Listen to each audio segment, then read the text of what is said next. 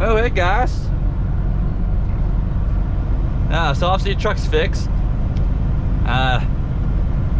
What had happened was, okay, it seems to be either, okay, well, first say my depth gauge was broken, but truck went down Monday, what was that, 27th? I filled up on 18th of depth, and then topped up on the 23rd for like 5 gallons. And on the 27th, took like 18 gallons. So I don't necessarily know what happened. That is not enough time for me to like drain the tank completely of depth, and even if I did, because it was broken, it's still not enough miles. I mean, you get like 200 miles to, you know, a gallon of depth.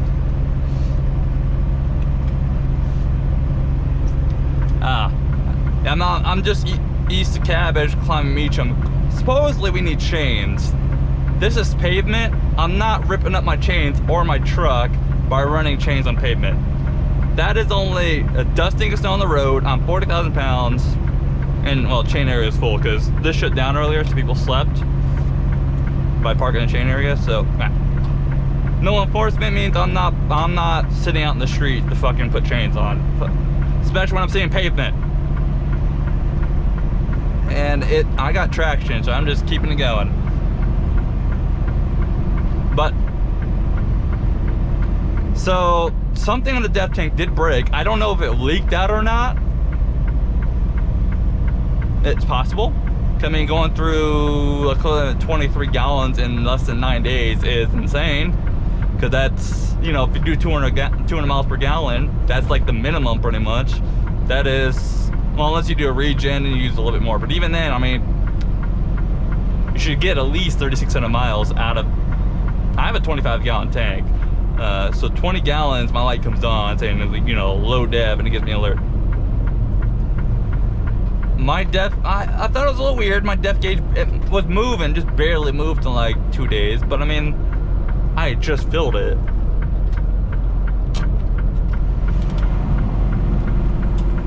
See, it's not slick. I just downshifted there just fine with brakes, and it wasn't slick. Now I don't know what the depth header is. That I think that might be the center top for coolant, or for the depth fluid. I don't know. Like I said, I'm learning. Probably why I'm doing this the way I'm doing it. Like, I want to learn as much as possible. I know for a fact I did not purposely run myself out of depth fluid. If that's what happened and it wasn't a leak, the depth gauge was broken. The tech verified it.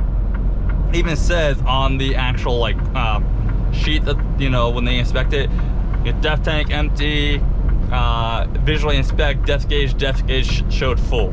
So it's not like I did it on purpose. Even if such was the case,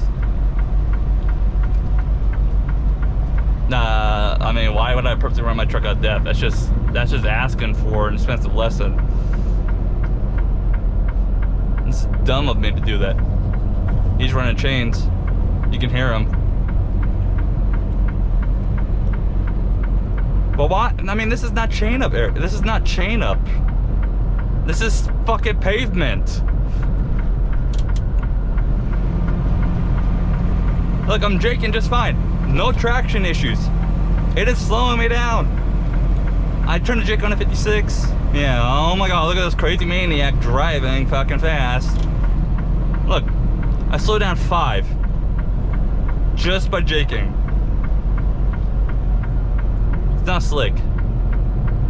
Let me tell you, fun fact, guys, it is -5. The colder it is, the more traction you got on snow. It's hard for ice to form up when it's too cold. So the closer you can get to 0 or below it, the better you are. Now, I'm not going overboard. I'm keeping it around, you know, that guy was going 40, the guy I just passed. So I'm keeping it within, you know, 5 to 10 of each other, except these guys, but you know, we're getting ready to climb the hill. The thing is momentum. But I've been stuck in Oregon for a week. So now the dealership, actually, I will say that dealership in Yakima, I'll give them 4 out of 5 stars. They were a little packed, so they had me keep the truck at the hotel and then bring it in the next day. You know, I checked it in, they said just bring it by the next day. I did just that. But they kept their timeline, they kept their pretty much what they told me is what they kept. They kept their promises, which is important. I don't know what this guy's doing. He just swerved over. But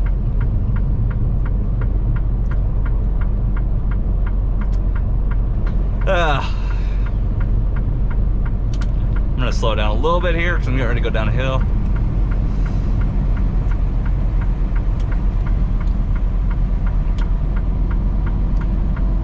I brought it over. Sorry, I'm getting a little distracted. Because that guy randomly just swerved across out of his lane for some reason. I just slowed down, by the way. Then anybody watching my videos know I don't drive reckless, and I'm very upfront, honest, and I admit my flaws. And when I fuck up, I admit it. Hell, I admit it when I grabbed the wrong trailer and I drove that fucker like 500 miles. I admit my flaws and my fuck ups. But this is fucking pavement and there's no ice on it. You can literally hear me throwing up all the salt. Well, you might not be able to, but I am hearing it bounce off the back of my truck. But they got it in, right? I guess what they did is they took off the the fairings, took off the depth tank. I think this is plow. Let's sling it.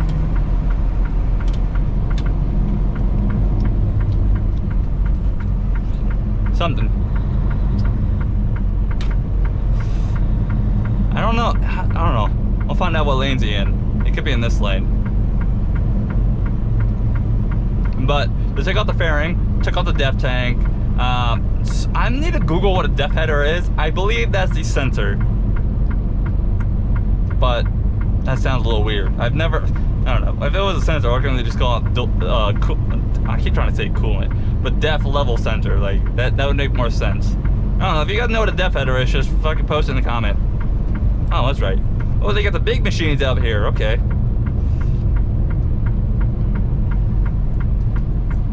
Is that a grader? It is.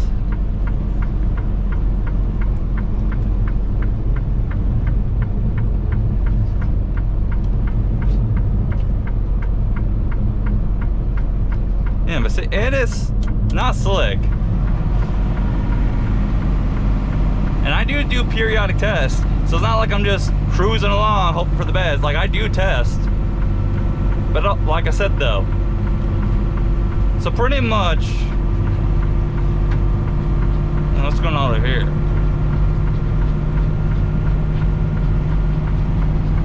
Oh, shit.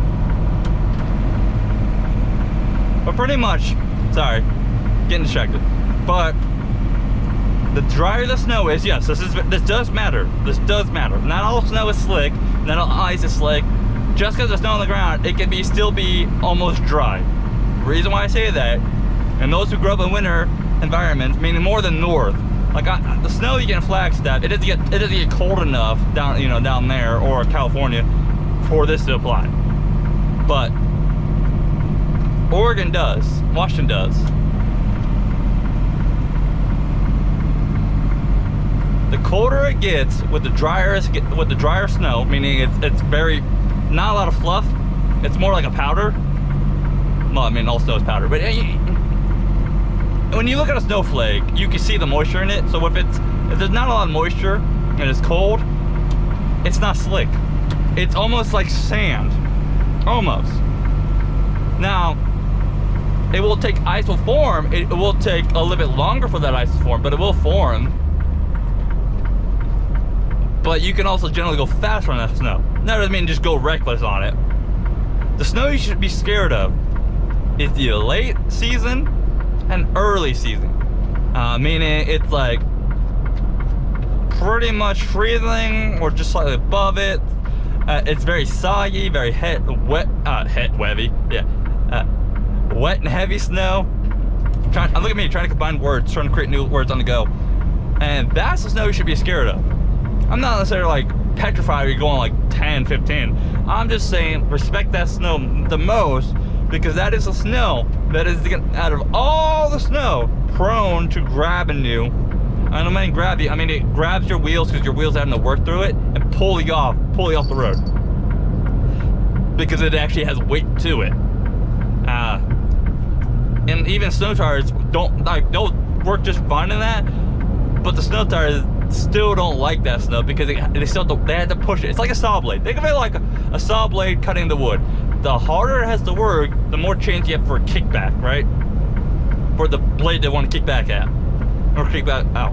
Same thing. Or get jammed, snag, same thing, right? The harder it has to work, the more likelihood of a fuck up. Same thing. Dry snow is also very light. And before you guys will say, oh, Andy's Ryan, you're so full of shit, you know, you don't know nothing. How do you make a snowball?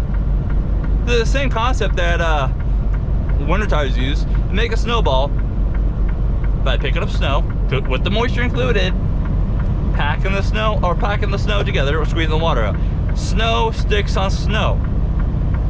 So the drier the snow with the less water in it, the stickier it's gonna be. And that's exactly how winter tires works.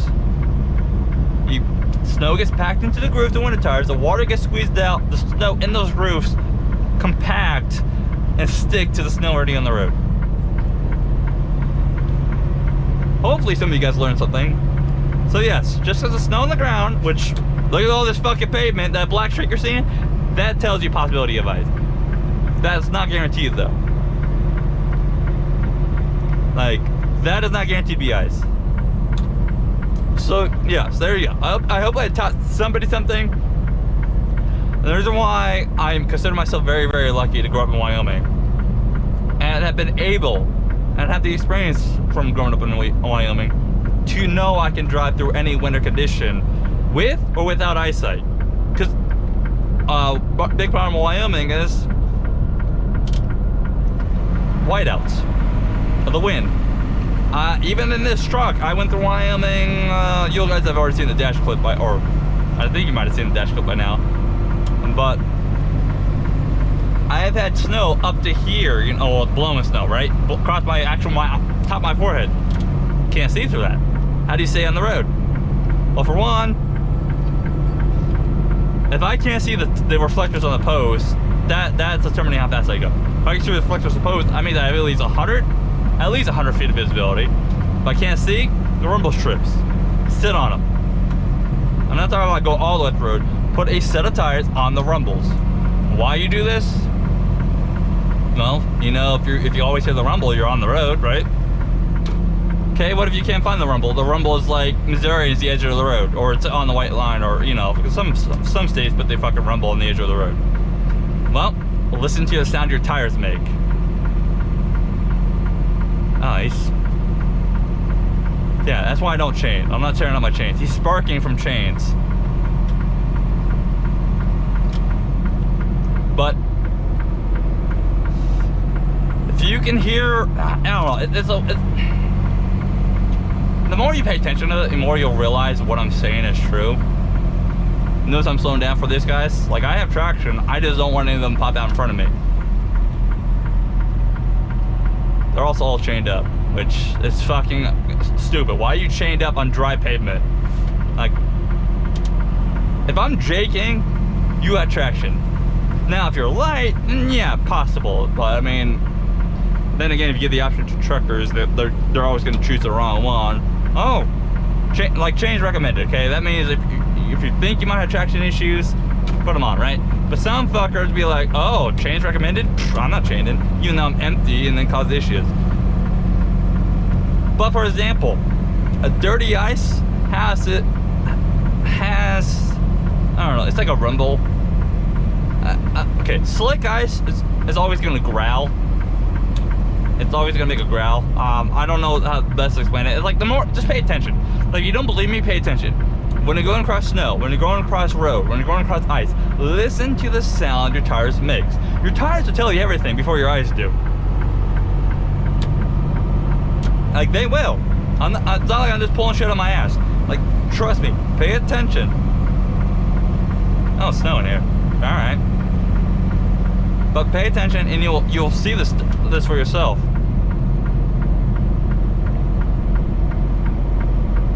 But alrighty, guys.